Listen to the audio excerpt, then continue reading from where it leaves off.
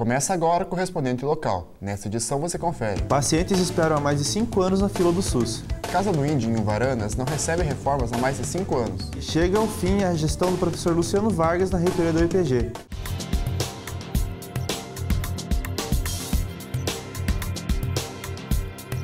Pacientes reclamam da demora do atendimento especializado de saúde. Em alguns casos, a espera dura 5 anos.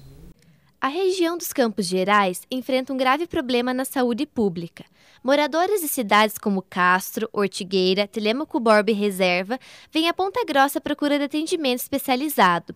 O principal problema é a demora na fila de atendimento, que pode levar de meses a alguns anos. Foi uma situação em que eu precisei do médico cardiologista, né? Então eu tive no posto, fui atendida e fui encaminhada. Só que demorou muito tempo para eles agendarem. Até hoje eu não fui comunicada desse agendamento. E eu acabei fazendo ela particular daí, porque não dava mais para esperar. Então, a consulta lá em Telêmaco foi agendada, eu fui dia 30 na especialidade e eles marcaram para dia 22, agora de agosto, que foi o dia que hoje. Então demorou 22 dias para mim conseguir a consulta com o especialista. Aqui em Telêmaco Borba só tem um mero endocrinologista e ele não atende pelo SUS. O motorista Valdecido Santos Gouveia, de 53 anos, comenta como a demanda no atendimento é grande. Trabalhei 8 anos a primeira vez e saí, agora está com 1 ano e 2 meses. Tem vezes que vem 15, tem vezes que tem que vir 2 ônibus e mais carro pequeno. A quantidade certa não é variada, de segunda a sexta. Todos os dias, segunda, sexta, todo dia. Sábado também vem, mas daí vem outro motorista que é só aqui no Sim Saúde. Aqui nós faz todos os hospitais, né? Até o regional. O horário de sair é 5 horas da manhã, mas o horário de volta não tem horário de retorno definitivo. O diretor da Terceira Regional de Saúde de Ponta Grossa, Isaías Cantoia, aborda as especialidades que são mais procuradas, como a oftalmologia, e por que essa demanda é maior, podendo levar meses ou até anos para o paciente se consultar. Essas especialidades são de difícil acesso, por quê? Por 2 questões. Primeira, são poucos os serviços que oferecem para o SUS essas consultas e esses exames. Por ser poucos serviços, as filas são grandes porque são filas do estado todo. Então, eu posso ter alguma especialidade que eu consiga atender em semanas. E outras podem demorar até 1 ano, porque são ofertadas pouquíssimas consultas, né, por mês para os municípios da nossa região aqui, por exemplo. A Casa do Índio de Umbaranas passa por problemas estruturais, desde a última reforma feita em 2013. A Casa do Índio, em Ponta Grossa, localizada no bairro de Umbaranas, na Avenida Carlos Cavalcante, ao lado do Colégio Estadual General Osório, está com problemas estruturais. A casa já não tem uma parte do teto. E quando chove, é outro problema para os moradores. Janelas e portas quebradas e por todo lado é possível ver a precarização da casa. Os indígenas que vivem no local acabam improvisando e colocando lonas. Mesma coisa nós estamos embaixo do barraco, né? Barraco. Eu acho bom renovar essa casa. A prefeitura tem que ver isso, né? Tem que ver isso aqui. O índio, isso aqui estamos sofrendo. E às vezes vai chover bastante, vai dar vento forte, daí isso aqui vai. Esse negócio, nós isso aqui, negócio dos balaios, isso aqui, quando chover bastante, isso aqui vai molhar tudo. Lídio é da tribo Caigangue e veio de Londrina para vender artesanato na cidade. O difícil, segundo ele, é conseguir a venda. Na maioria dos dias, os indígenas acabam voltando com os balaios para casa. E sem o dinheiro, a falta de comida torna-se um problema frequente na casa do índio. O pessoal daqui está precisando de alimento, né? Só que nós somos que nem o branco. Nós somos que nem o branco, só que cedo nós tomamos café e pão. Segundo a Secretaria Municipal de Políticas Públicas Sociais, 140 indígenas habitavam na região no começo deste ano. Agora, os dados são imprecisos devido ao caráter migratório dos indígenas. O Departamento de Proteção Especial afirma que atualmente não tem nenhuma casa do índio ativada na cidade. Na verdade, não existe uma política do indígena específica onde a prefeitura tem essa obrigação. Então, se identificado algum indígena passando por alguma dificuldade, ele será atendido. Só que tem que chegar até nós ou tem que ser identificado pela equipe. Não, então, quem sabe eles podem ligar para esse número da abordagem ou, se a população tiver interesse, fazer essa ligação para que vá prestar o atendimento, a prefeitura está disponível para isso. O local onde os indígenas permanecem não está apto para a moradia, mas continua sendo o destino das famílias que não têm onde ficar. Nos dias 4 e 5 de setembro, acontece no Grande Auditório da UEPG o terceiro Fórum de Representação de Cidadania e Política. O evento contará com a presença de candidatos a deputado federal e estadual, que apresentarão propostas relacionadas a políticas públicas. O fórum será transmitido ao vivo pelo canal do YouTube do Portal Periódico, organizado pelos alunos do curso de jornalismo da UEPG. Nesta sexta-feira, o reitor da UEPG, Luciano Vargas, entrega o cargo. Na próxima sexta-feira, no Cine Teatro Pax, ocorre a posse da nova gestão da Universidade Estadual de Ponta Grossa. Miguel Sanches Neto e Augusto Kuhn terão mandato até 2022. Entrevistamos funcionários e alunos da universidade para saber qual a opinião deles sobre a última gestão da universidade. Considero que foi uma boa gestão.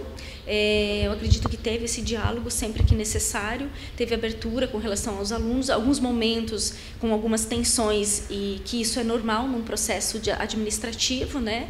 Algumas cobranças que geraram alguns movimentos mais intensos, mas que logo na sequência abriu-se para o diálogo e conseguiu se resolver sem maiores danos. O que a gente tem percebido em relação a orçamentos é que houve uma perda. Mesmo tendo vindo aqui o hospital universitário, a gente percebe que o repasse não é assim tão significativo, né? E a gente acaba tendo dificuldades aí no dia a dia do trabalho. Parece que a gestão atual não mudou muito da anterior, né? Do Luciano, e eu sinto que falta um pouco de contato com os acadêmicos, o meio acadêmico. Por exemplo, há essa distância entre a parte da reitoria com os próprios projetos, que eu acho que não tem tanta participação. Foi uma gestão que pecou em vários pontos, assim, né? Pecou no diálogo com os estudantes, pecou na assistência estudantil mesmo, né? A gente presenciou aí uma ocupação, primeira ocupação de reitoria, né? Por conta dessa intransigência, né? Diversas vezes o movimento estudantil buscou dialogar, buscou ir atrás e tentar, né, reivindicar algumas coisas, sempre foi deixado para o lado. Na minha opinião, foi uma gestão bem conturbada, assim, né? Nós tivemos vários momentos de conflito com a reitoria, tivemos uma ocupação, né, um processo de ocupação muito importante para o movimento estudantil. Nós tivemos também uma coisa bem complicada, assim, que a reitoria não teve um debate com os estudantes, que foi o aumento do RU, né? Porque a gente sentiu falta de diálogo, né, da gestão com os alunos, principalmente no que dizia respeito às políticas de assistência estudantil. O restaurante universitário foi um grande exemplo, onde teve uma mobilização muito grande de alunos, né? Quando houve o aumento do restaurante universitário, a gente tentou dialogar com a reitoria no sentido de discutir a política mesmo e os critérios que eram usados para isenção do restaurante universitário, né, e abono. E a gente sentia falta de diálogo tanto com os alunos quanto com as políticas públicas do município de Ponta Grossa, né? Nesta sexta-feira, dia 31 de agosto, a nova gestão comandada por Miguel Sanches Neto vai estar tomando posse dessa nova liderança na UEPG. Vamos perguntar aos servidores, aos professores e aos cargos públicos aqui da universidade o que eles têm como expectativa para essa nova gestão.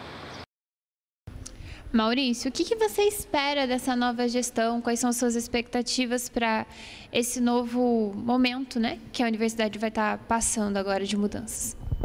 Esses candidatos a reitor e vice prometeram para a gente uma nova forma de administrar a universidade, alguma coisa mais técnica, alguma coisa mais integrada, não só com os alunos, mas com os servidores administrativos e professores, e que traga mais democracia para dentro da universidade, menos politicagem dentro da universidade e, pela situação atual econômica, é uma situação difícil que eles vão ter que enfrentar mesmo em grupo, e a gente espera que eles também busquem a gente e para que a gente possa colaborar junto para construir uma universidade nova. Eu penso que a minha expectativa é a mesma de toda a comunidade universitária, seja servidor, professor, acadêmicos, né? Primeiro que seja uma gestão democrática, voltada para todos, independentemente de postura ideológica, de posição que se tenha tido na eleição, não é? Voltada principalmente para a valorização da universidade, seja do ponto de vista acadêmico, mas também do ponto de vista da sua importância para a região dos Campos Gerais, né? Voltada ainda para a valorização da comunidade acadêmica, tanto do servidor, do professor, do aluno, com políticas, com iniciativas voltadas aos cuidados, né? Não só com a rotina acadêmica, né? Que é pesada para o professor, é pesada para o aluno, nós sabemos, voltada à gestão junto ao governo do Estado, no sentido de trazer para a instituição recursos, iniciativas que façam com que essa instituição cresça. Bom, com relação às expectativas, a gente pensa que a gestão deve fazer, então, uma gestão pensando no coletivo, né? A partir do momento que acabaram as eleições, agora tem que pensar na universidade como um todo, independente de apoios que foram obtidos ou não, considerando as demandas que são de todos os cursos, né?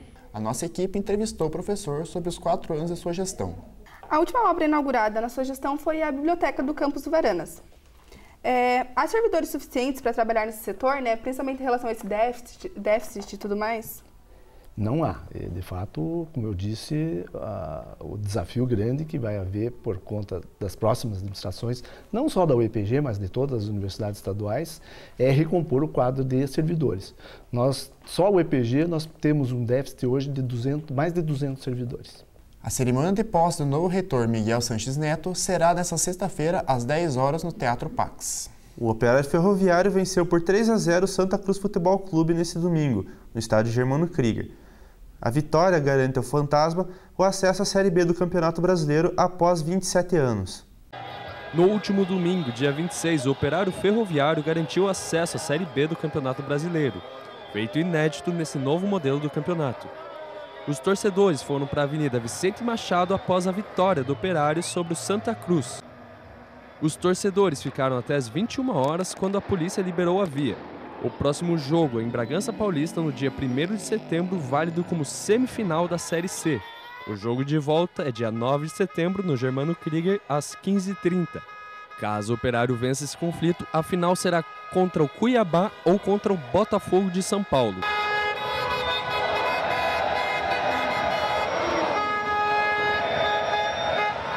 Esse foi o correspondente local. Para mais informações, acesse www.periodico.sites.epg.br. Você confere agora no final do jornal um ensaio com fotos do último jogo do Operário.